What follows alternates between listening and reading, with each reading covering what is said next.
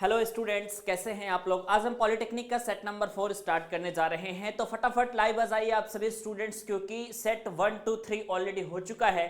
तो हम चौथा सेट आपको कराने जा रहे हैं। बिल्कुल तबाही वाले प्रश्न इस चौथे सेट में आपके होने वाले हैं।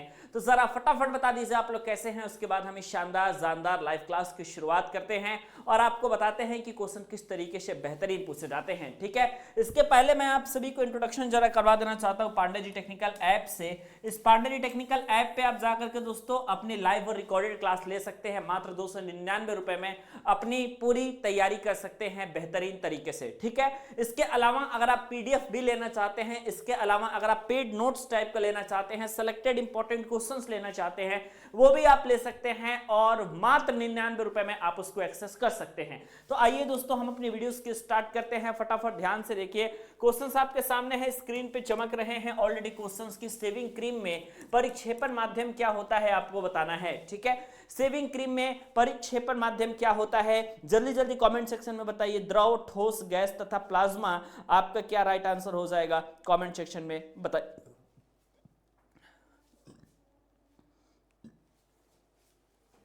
क्वेश्चन क्या है, सेविंग क्रीम में। ठीक है, परिक्षेपण माध्यम क्या हो जाएगा, तो आपका सेविंग क्रीम में जो आपका परिक्षेपण माध्यम होगा, ध्यान से देख लीजिएगा, सेविंग क्रीम का जो आपका परिक्षेपण माध्यम होता है वो आपका द्रव होता है। बिल्कुल आपको ध्यान से देखना है। ठीक है, सेविंग क्रीम का परिक्षेपण माध्यम आपका क्या हो जाता है, तो द्रव हो जाता है। आपको शानदार तरीके से देखना है और आराम से आप इस क्वेश्चन का आंसर भी दे सकते हैं। ठीक है, अब सवाल आपके सामने ये आ रहा होगा कि सर ये कहां मिलेगा हमको। ठीक है, देखो ये सारी जो चीजें हैं ना, ये क्वेश्चंस है जो पर्टिकुलरली पॉलिटेक्निक के सिलेबस में आपका एक चैप्टर है, मैं उस चैप्टर का नाम लिखता हूं।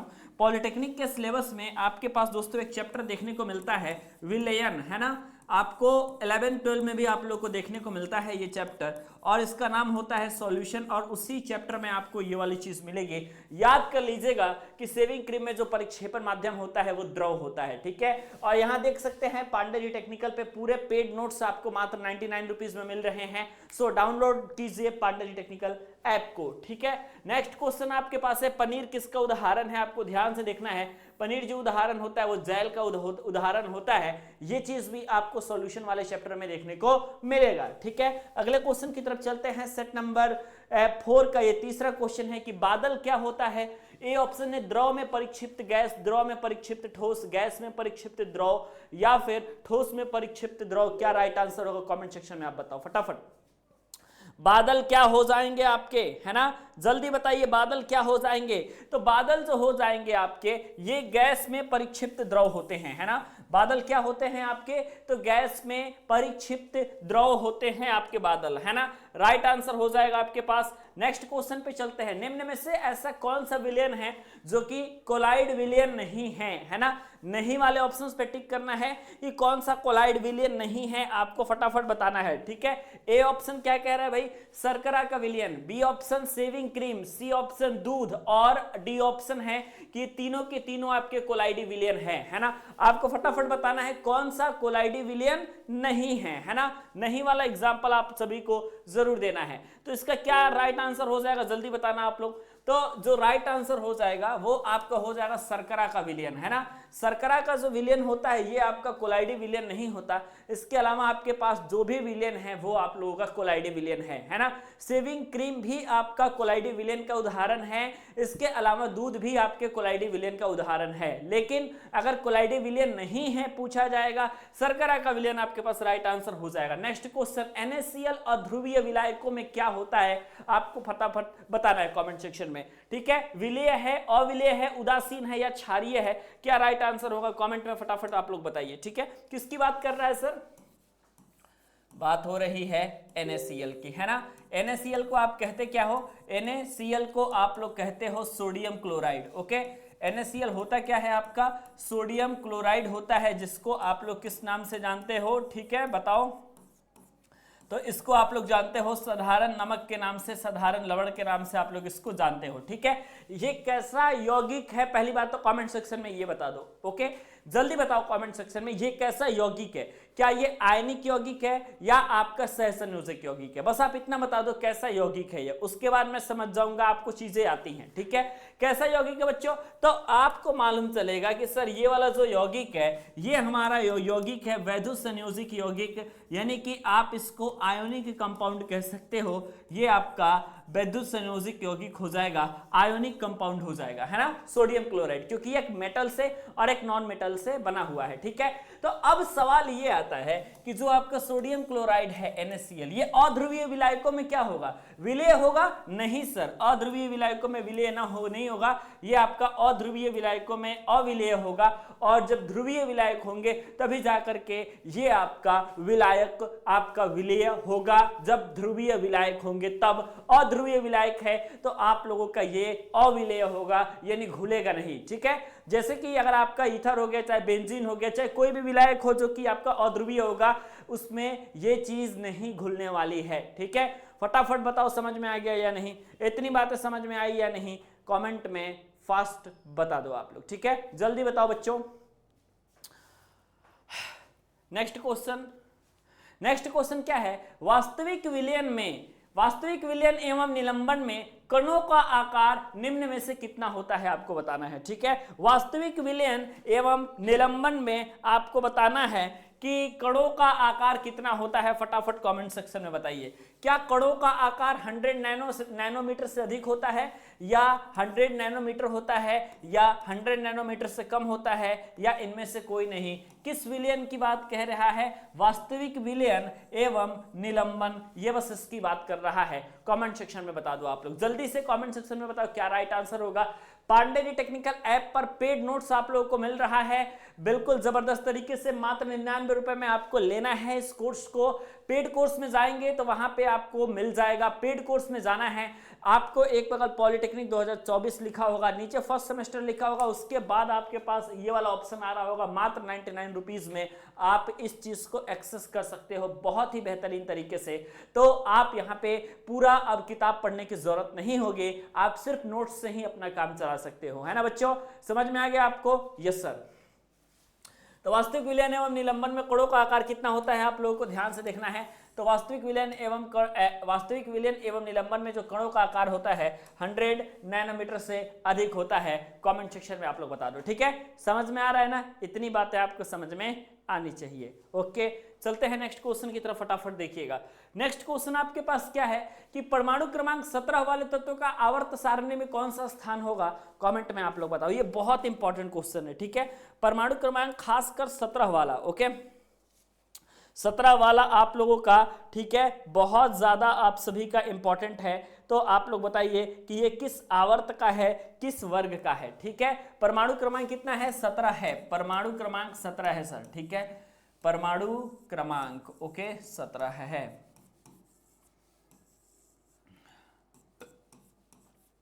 जब एटॉमिक नंबर 17 है बच्चों, ठीक है, तो एक बात आपको याद रखना है कि किस वर्ग में होगा, किस समूह में होगा। तो ध्यान से देखो, आप अगर इसका इलेक्ट्रॉनिक कॉन्फ़िगरेशन करोगे, अगर इसका आप इलेक्ट्रॉनिक कॉन्फ़िगरेशन करोगे तो ये बनेगा 2, 8 और 7, है ना।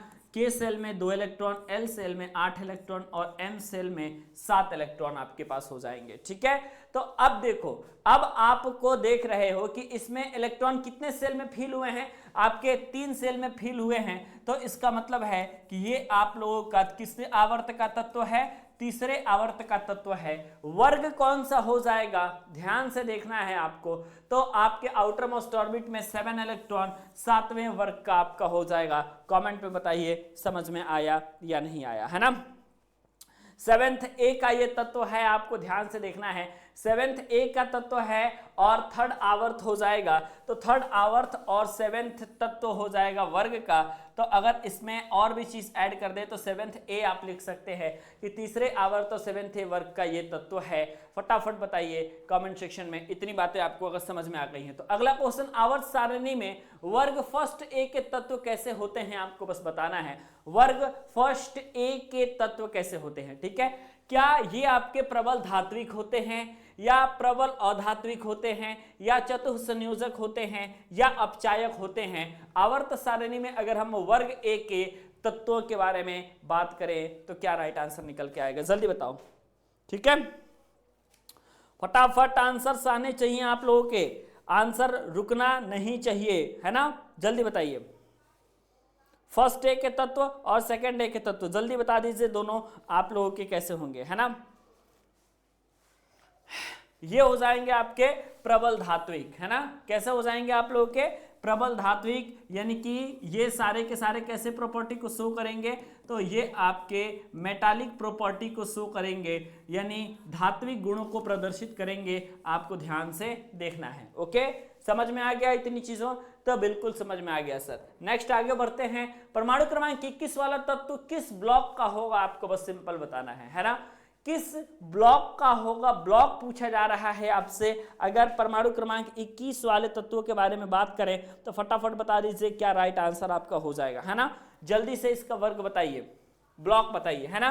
क्या ये एस ब्लॉक का एलिमेंट होगा, या डी ब्लॉक का एलिमेंट होगा, या एस ब्लॉक का एलिमेंट होगा, या एफ ब्लॉक का एलिमेंट होगा, या पी ब्लॉक का एलिमेंट होगा, कौन से ब्लॉक का एलिमेंट होगा, ये आप तभी बता सकते हैं जब आपको अच्छे तरीके से इलेक्ट्रॉनिक कॉन्फ़िगरेशन आता होगा, है ना। जब आपको इलेक्ट्रॉनिक कॉन्फ़िगरेशन आएगा तभी आप इन चीजों को डिस्कस कर पाओगे। ओके, आइए चेक कर लेते हैं हम और देख लेते हैं कि कौन से आपके ब्लॉक का ये एलिमेंट है। ठीक है, जल्दी क्या हो जाएगा, कैसे इसको चेक करिए, 1s2 2s2 2p6 3s2 3p6 और एक मिनट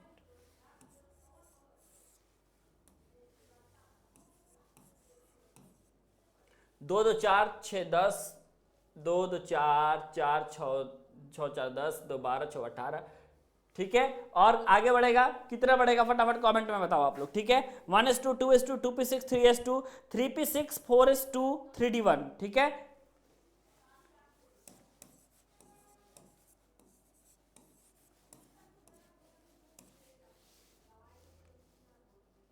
दो 2 4 6 10 2 12 6 18 2 20 और 1 21, है ना।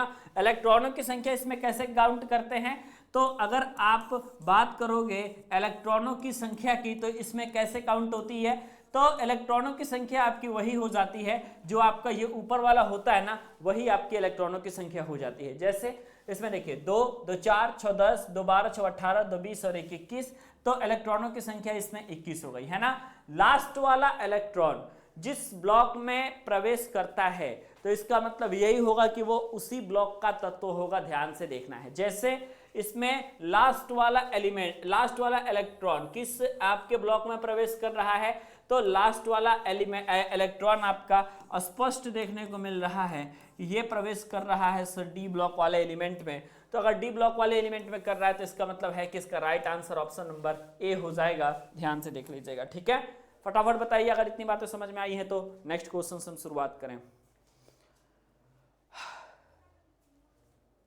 बस कुछ नहीं करना है, कितना भी परमाणु क्रमांक दिया होगा अगर यह पूछ लेगा कि वह किस ब्लॉक का तत्व है, इसी तरीके से आप करेंगे कि सबसे पहले इलेक्ट्रॉनिक कॉन्फ़िगरेशन बना लेंगे और इलेक्ट्रॉनिक कॉन्फ़िगरेशन बनाने के बाद सिंपल आपको देख लेना है बाहरी इलेक्ट्रॉन कौन से ब्लॉक में प्रवेश कर रहा है। जिस ब्लॉक में प्रवेश कर रहा है उसी ब्लॉक का वो एलिमेंट आपका हो जाएगा। ओके, यस सर, ये रहा आपका पांडे जी टेक्निकल का ऐप, जिसमें लाइव और रिकॉर्डेड क्लास 299 वाली भी पांडे जी टेक्निकल ऐप पर मिलेगी, और पेड नोट्स अगर आप लेना चाहते हैं तो वो भी आपका पेड कोर्स में ही मिलेगा। ठीक है, मात्र 99 रुपीज में आप उसको भी एक्सेस कर सकते हो। ठीक है, चलिए अगला चीज, अगला ये है कि एक तत्व जिसका इलेक्ट्रॉनिक विन्यास 2 8 और 7 है वह तत्व कौन सा होगा, आपको फटाफट बताना है। एक हाइड्रोजन होगा वो, या एक अक्रिय गैस होगा, या एक क्षारीय धातु होगा, या इनमें से कोई नहीं। कमेंट में बताइए वह तत्व कैसा तत्व होगा। ठीक है, जल्दी देखो, सबसे पहली बात अगर आप अक्रिय गैस की बात करोगे, ठीक है, किसकी बात करोगे, अक्रिय गैस की बात करोगे, यानी आप अगर इनर्ट गैस की बात करोगे तो इनर्ट गैस में क्या होगा, 8 इलेक्ट्रॉन आपके बाहरी कोश में देखने को मिलेंगे। ठीक है, कितने? 8 इलेक्ट्रॉन आपके बाहरी कोश में देखने को मिलेंगे, आपको याद रखना है। ठीक है, और अगर जिसका इलेक्ट्रॉनिक विन्यास 2, 8 और 7 है, इसका स्पष्ट मतलब है कि परमाणु क्रमांक 17 हो जाएगा। और परमाणु क्रमांक 17 वाला जो तत्व है वो आपका तो है क्लोरीन। और भाई साहब जब क्लोरीन होगा तो वह एक प्रकार का हैलोजन वाला एलिमेंट ही होता है, ये चीज भी आपको ध्यान से देखनी होती है। ठीक है, तो इस तरीके से आपका ये राइट आंसर हो जाएगा। आप सीधे तत्व को भी पहचान सकते हो। ठीक है, आप मान लो डायरेक्ट तत्व भी पहचान सकते हो, और तत्व अगर नहीं पहचान में आ रहे हैं तो भी आप आराम से क्लियरली देख सकते हो और बता सकते हो कि क्या राइट आंसर आपके पास हो जाएगा। ठीक है, ओके। नेक्स्ट क्वेश्चन आपके पास दिया गया है कि 1:2, 2:2, 2p6, 3:2 वाला इलेक्ट्रॉनिक विन्यास का तत्व कैसा तत्व होगा बताना है। क्या यह एक प्रकार का धातु होगा, या क्या यह एक प्रकार का अक्रिय गैस होगा, या क्या एक प्रकार का अधातु होगा, या इनमें से कोई नहीं। ठीक है, सबसे पहले आपको इस तरीके के क्वेश्चंस में क्या करना है, जैसे ही आपके पास इलेक्ट्रॉनिक विन्यास दिया रहे, है ना, एज इट इज पहले इलेक्ट्रॉनिक विन्यास लिख लो आप लोग। क्या दिया हुआ है सर? 1:2, ठीक है, 2:2, ओके, 2p6, 3:2, यही दिया हुआ है ना? Yes sir. अब मैं आपको एक चीज और बताया हूं। क्या बताया हूं? कि भाई देखो, एक काम करना, इलेक्ट्रॉनों की संख्या काउंट करनी होगी ना, तो ऊपर वाली संख्याओं को जोड़ देना है ना। तो आप आराम से क्या निकाल सकते हो? इलेक्ट्रॉनों की संख्या यहां से निकाल सकते हो। तो जब आप इलेक्ट्रॉनों की संख्या निकालोगे तो 2 2 4 6 10 से 2 12 हो जाएगा, है ना। तो 12 वाला कौन सा तत्व हो जाएगा? तो काउंट कर लो। ठीक है, जैसे कि hydrogen, helium, lithium, beryllium, boron, carbon, nitrogen, oxygen, fluorine, neon, sodium, magnesium. Yes जी। तो मैग्नीशियम जो हो जाएगा Mg आपका हो जाएगा 12, है ना। अब आपका ये वाला तत्व जो है आपका मैग्नीशियम है। ठीक है, तो मैग्नीशियम कैसा है, कैसी चीजें हैं आपकी?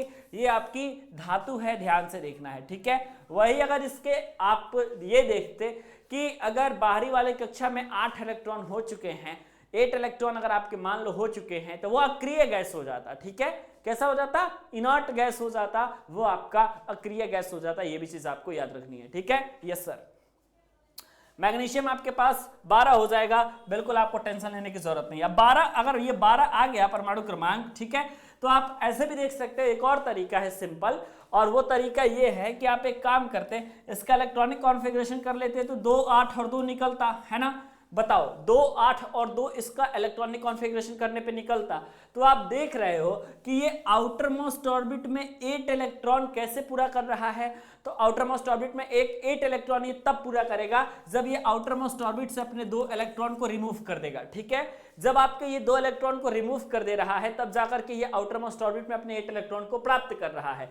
तो इलेक्ट्रॉन को रिमूव करने के पश्चात आपका जो इनर्ट गैस कॉन्फ़िगरेशन को जो प्राप्त करते हैं वो कौन से होते हैं? तो वो सीधे तौर पे आपको मालूम चलना है कि वो धातु ही होते हैं। इस तरीके से आपके पास ये पहचानने का एक या एक से अधिक मेथड आप कह सकते हो। ओके, तो आइए फटाफट नेक्स्ट क्वेश्चन की शुरुआत करते हैं।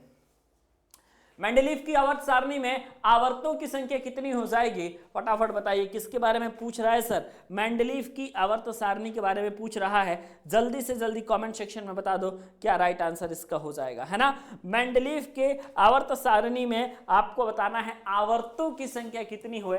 ठीक है, यानी कि आपको मेंडलीफ की आवर्त सारणी में पीरियड्स बताने हैं, आपके कितने हो जाएंगे? 7, 9, 8 या 16? क्या राइट आंसर होगा? जल्दी से बताओ। ठीक है, फटाफट कमेंट सेक्शन में बताओ आप लोग। और बताने के साथ ही साथ एक काम करो, Pandey ji technical app download करो आप लोग। ठीक है, अभी के अभी सभी विद्यार्थियों के मोबाइल फोन में क्या होना चाहिए सर? पांडे जी टेक्निकल का ऐप जरूर होना चाहिए, है ना। ये पांडे जी टेक्निकल का ऐप होना चाहिए। इसके पेड कोर्स वाले सेक्शन में आपको जाना है। कहाँ जाना है सर? इसमें आपको पेड कोर्स वाले सेक्शन में जाना है, और जैसे ही आप पेड कोर्स सेक्शन में जाएंगे वहां पे आपको पॉलिटेक्निक 2024 की बैच दिखेगी, जिसकी प्राइस मात्र 299 रुपए है। आप वहां से उस बैच को ले सकते हैं। और अगर आप पीडीएफ नोट्स वगैरह सब कुछ लेना चाहते हैं तो नोट्स आपको मात्र 99 रुपीज में मिल रहा है। तो फटाफट Pandey ji technical app download करिए या उस नंबर पर व्हाट्सअप करिए, आपको आपका काम हो जाएगा। ओके, मेंडलीफ की आवर्त सारणी के बारे में बात करें तो आवर्तों की संख्या उसमें 7 हो जाएगी, ध्यान से देख लेना है, ठीक है। अब आप नीचे कमेंट करके हमें बताइए कि अगर मैं मॉडर्न पीरियोडिक टेबल के बारे में पूछता तो क्या राइट आंसर होता। Okay, yes sir. आगे हैलोजन वाले आवर्त सरणी को जिस समूह में रखा गया है वो कौन सा है, आपको फटाफट देख लेना है, वो 7वां है आपका, right option option number D हो जाएगा। अगला क्वेश्चन आप लोग फटाफट बताइए, नाइट्रोजन का परमाणु क्रमांक 7 है तो हाइड्रोजन के सापेक्ष इसकी संयोजकता कितनी होगी, है ना। नाइट्रोजन का परमाणु क्रमांक अगर आपके पास 7 है तो बताना है हाइड्रोजन के सापेक्ष इसकी संयोजकता। जल्दी बताओ आप लोग फटाफट कमेंट सेक्शन में। ओके, यस सर, हो जाएगा हो जाएगा हो जाएगा, है ना। अब पांडेरी टेक्निकल आप सभी के लिए बहुत ज्यादा हेल्प कर रहा है, इसलिए कम से कम आप लोग भी अपने प्यार आशीर्वाद को जरूर बनाए रखें, है ना। पॉलिटेक्निक एंट्रेंस एग्जाम में बिल्कुल जबरदस्त तरीके से आपका सिलेक्शन होगा, आपको टेंशन लेने की जरूरत नहीं है ना। इसके लिए हम लोग बहुत ज्यादा मेहनत कर रहे हैं और आपको इसके लिए कोई टेंशन लेने की जरूरत नहीं है, ठीक है। ओके, फटाफट बता दो। नाइट्रोजन का परमाणु क्रमांक 7 है ना। देखो नाइट्रोजन का परमाणु क्रमांक, है ना, परमाणु क्रमांक कितना है, 7 है ना। तो इसका इलेक्ट्रॉनिक कॉन्फ़िगरेशन करोगे, है ना, इलेक्ट्रॉनिक कॉन्फ़िगरेशन करोगे आपका, है ना, तो कितना हो जाएगा भाई, तो आप लोग इसका इलेक्ट्रॉनिक कॉन्फ़िगरेशन करोगे तो 2 और 5 हो जाएगा, है ना। तो हाइड्रोजन के सापेक्ष इसकी संयोजकता कितनी हो जाएगी, तो ये कितने इलेक्ट्रॉन को लेकर के अपना ऑक्टेट को पूरा कर रहा है बताओ। 2 तरीके से ये नोबेल गैस को प्राप्त कर सकता है। पहला तरीका ये है कि अपने आउटर मोस्ट ऑर्बिट से ये 5 इलेक्ट्रॉन को रिमूव कर ले तो ये हीलियम को प्राप्त हो जाएगा, यानी डुप्लेट अपना कंप्लीट कर लेगा। सेकंड मेथड ये है कि ये 3 इलेक्ट्रॉन जो है एक्सेप्ट कर ले तो जाकर के ये अपना नोबेल गैस कॉन्फ़िगरेशन को प्राप्त कर लेगा, है ना। तो इसलिए आप लोगों का अगर इसके सापेक्ष हाइड्रोजन के सापेक्ष इसकी संयोजकता पूछी जाए, आप लोग 3 आंसर लगा देना आराम से, यही इसका राइट आंसर हो जाएगा। ओके, अष्टक नियम प्रतिपादित करने वाले वैज्ञानिक का क्या नाम है, फटाफट बताइए। अष्टक नियम जो आपके प्रतिपादित किए थे वो थे आपके न्यूलैंड साहब, और इसीलिए आप लोग क्या जानते हो, न्यूलैंड का अष्टक नियम जानते हो, जो कि आप लोग बोर्ड एग्जामिनेशन में भी बड़ा मेहनत से पढ़ते हो, मजा आता है इस चीज को पढ़ने में, कोई टेंशन नहीं होता। Okay, yes sir. अब बताइए आवर्त सारणी का दीर्घ रूप आपका किस बात पर आधारित है, परमाणु आकार, विद्युत ऋणात्मकता, परमाणु क्रमांक या परमाणु भार पे किस पर आधारित है, फटाफट बताओ। तो आप कहोगे अगर सर मैं दीर्घ रूप के बारे में बात करूं तो ये हमारा परमाणु क्रमांक पर आधारित है, एटॉमिक नंबर पर आधारित है, जो कि हेनरी मोजले नामक वैज्ञानिक ने इसे अपना बनाया था, है ना। Yes sir. Next question, uranium सदस्य किस चीज का हो जाएगा आप लोगों का, फटाफट कमेंट सेक्शन में बताइए यूरेनियम किसका सदस्य है, जल्दी। ओके, फटाफट बताइए भाई क्या राइट आंसर हो जाएगा।